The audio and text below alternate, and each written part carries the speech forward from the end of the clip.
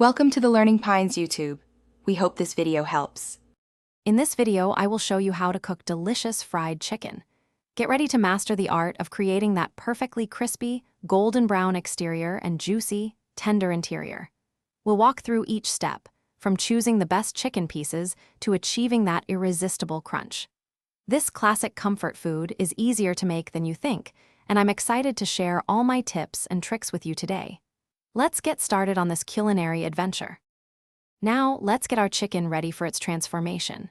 First, ensure your chicken pieces are clean and completely dry. This is crucial for a crispy crust. Next, consider a quick soak in buttermilk or a seasoned brine to really boost the flavor and keep the meat moist.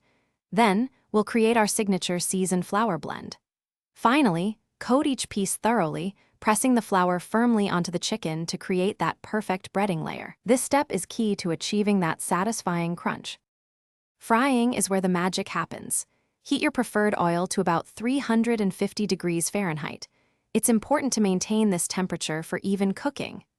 Gently place your breaded chicken into the hot oil, making sure not to overcrowd the pan, as this can lower the oil temperature.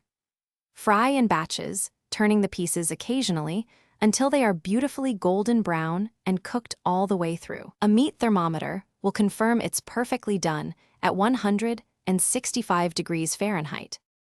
After frying, it's crucial to let your delicious chicken rest. Transfer the pieces to a wire rack placed over a baking sheet. This allows any excess oil to drain away, keeping your chicken wonderfully crispy.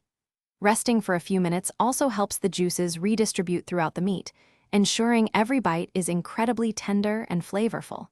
Serve your magnificent fried chicken hot with classic sides like mashed potatoes, coleslaw, or biscuits. Get ready to savor this truly satisfying homemade meal.